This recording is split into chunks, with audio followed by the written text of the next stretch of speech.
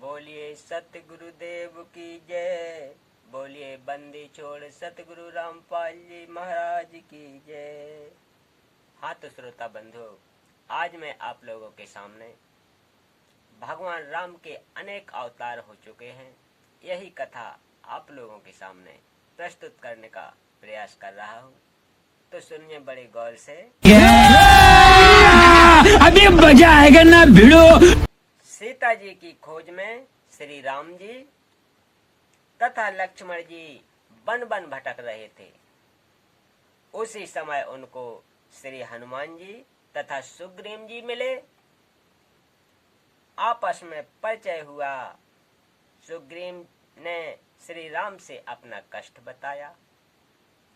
श्री रामचंद्र जी ने शर्त रखी कि यदि मैं आपका राज्य आपको दिला दूं तो आपको सीता जी की खोज तथा वापसी के लिए मेरा सहयोग करना होगा। बात पक्की हो गई। श्री रामचंद्र जी ने वृक्ष की ओट लेकर बाली को युद्ध करके मारकर सुग्रीव को राज तिलक कर दिया।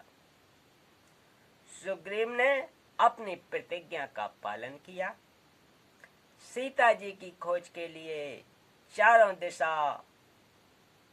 दिशा में खोजी भेजे गए। जटायु पक्षी ने श्री राम को बताया कि सीता जी को लंकेश्वर रावण उठा कर ले गया। उससे मैंने माता को छुड़वाने की चेष्टा की तो मेरे पंख काट दिए। रावण से बातचीत करके सीता को लौटाने के लिए श्री राम जी ने हनुमान को राजदूत बनाया। श्री रामचंद्र जी ने श्री हनुमान जी को सीता को विश्वास दिलाने के लिए अपनी अंगूठी दी, जिस पर श्री राम लिखा था। सीता उस अंगूठी से हनुमान पर विश्वास कर सकती थी कि जो मुझसे मिलने आया है वह श्री राम का भेजा हुआ है। हनुमान जी श्री राम की मुद्री लेकर आकाश मार्ग में उड़कर श्री लंका में गए। रावण का एक नौलखा बाग था। उसमें सीता जी को रावण राक्षस ने कैद कर रखा था। हनुमान जी ने सीता माता को अंगूठी देकर अपना विश्वास दिलाया। सीता जी ने अपना सर्व कष्ट जो राक्षस रावण दे रहा था हनुमान जी को बताया। सीता जी ने अपना कंगन सुहाग का कड़ा हाथ से निकालकर हनुमान जी को दिया। कहा कि भाई आप यह कंगन श्री राम को दिखाओगे तब आपको विश्वास होगा, तब उनको विश्वास होगा कि तुम सीता की खोज करके आए हो। हनुमान जी के साथ सीता जी ने आने से इनकार कर दिया कि मैं तेरे साथ नहीं चलूंगी। हनुमान जी ने फल खाने की इच्छा व्यक्त की तो सीता ने कहा, भाई कोई फल झड़कर गिरा हो वह फल खा सकते हो, फल तोड़कर खाने का मुझे भी आदेश नहीं है।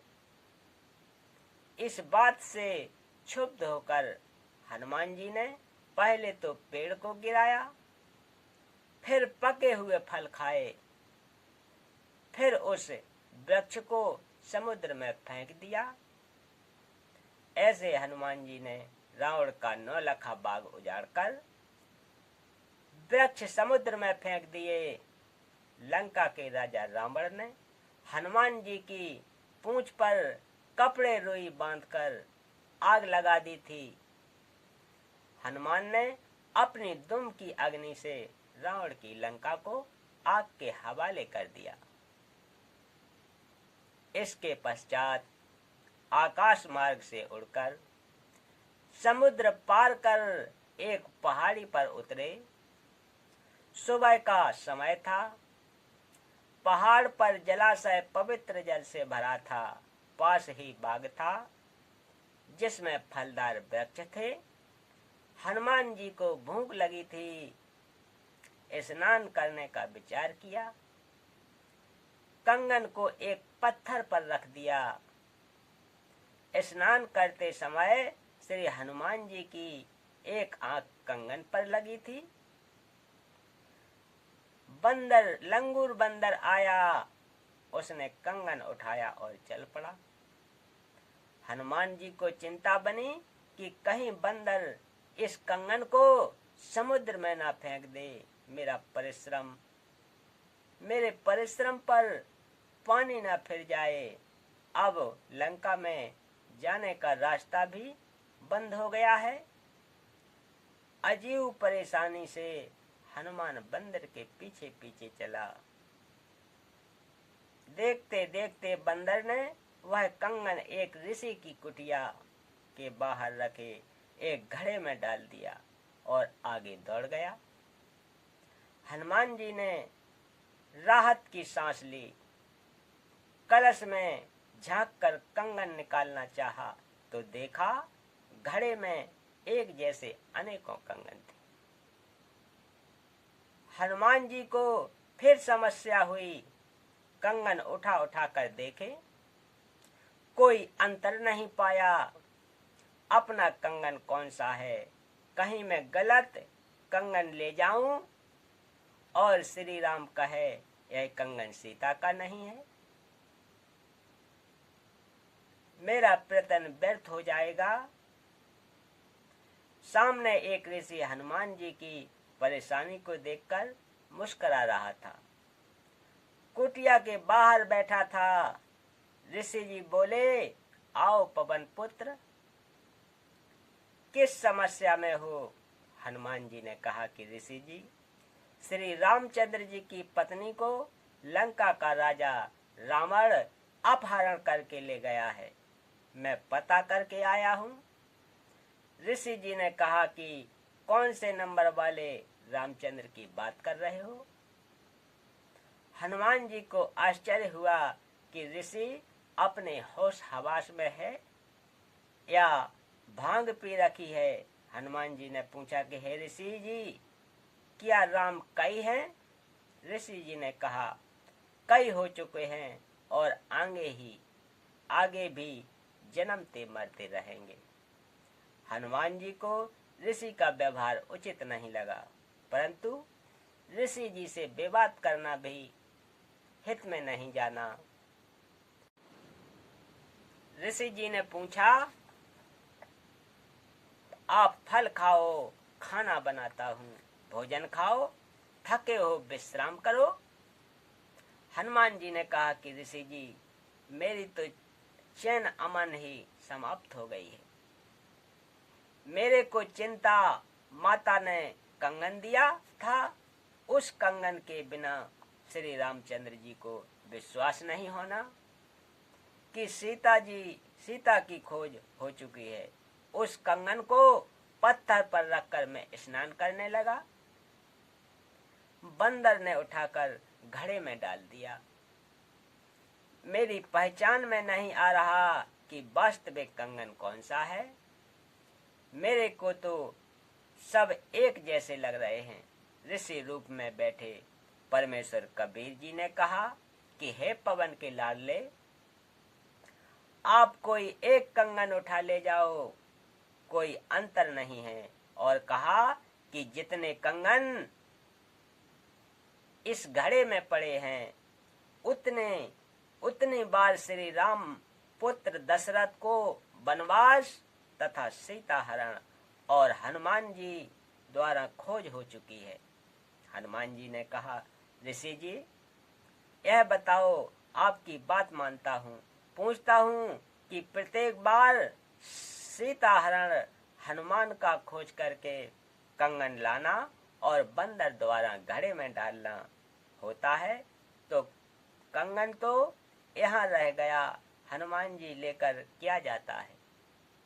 ऋषि मुनिंद्र जी ने कहा कि मैंने इस घड़े को आशीर्वाद दे रखा है,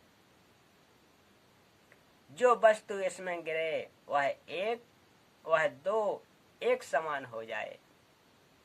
यह कहकर ऋषि जी ने एक मिट्टी का कटोरा घड़े में डाला तो एक और कटोरा वैसा ही बन गया। ऋषि मुनिंद्र जी ने कहा कि हे हनुमान, आप एक कंगन ले जाओ, कोई परेशानी नहीं होगी। हनुमान जी के पास कोई अन्य विकल्प नहीं बचा था। उस घड़े से एक कंगन निकालकर उड़ चले। श्री रामचंद्र जी को हनुमान जी ने सीता जी की निशानी कंगन दिया तथा जो जो बातें माता सीता ने कही थी सब बताई। श्री रामचंद्र जी कंगन देखकर भावुक हो गए। हनुमान जी को सीने से लगाया, कहा कि हे संत जन, मैं आपका एहसान कैसे चुका पाऊंगा। आपने अपना जीवन जोखिम में डालकर मेरा महाकार्य, कठिन कार्य किया है। यह कंगन सीता जी का ही है। अब सभा बुलाता हूँ, आगे का कार्यक्रम तैयार करते हैं। समुद्र पर पुल बनाने का विचार किया गया। नल नील के हाथों में ऋषि मुनिंद्र के आशीर्वाद से शक्ति थी कि वे अपने हाथों से जल में कोई वस्तु डाल देते तो वह डूबती नहीं थी।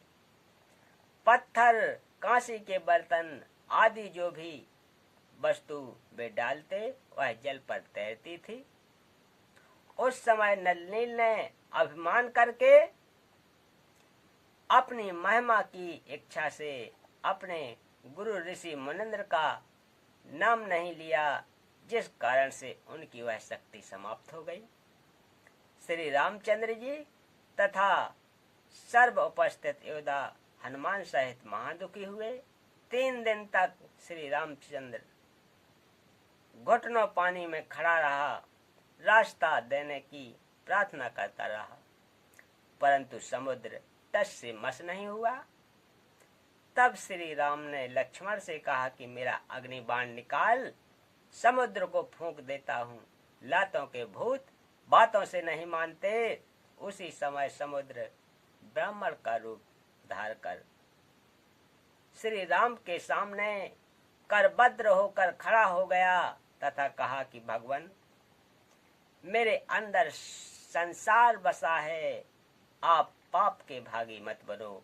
आप ऐसा करो कि सर्प भी मर जाए और लाठी भी न टूटे। तो बोलो सत्य गुरुदेव की जय। तो श्रोता बंधु, आज की कथा का प्रसंग यहीं समाप्त करते हैं। मिलते हैं अगली कथा में। तब तक के लिए सत साहेब।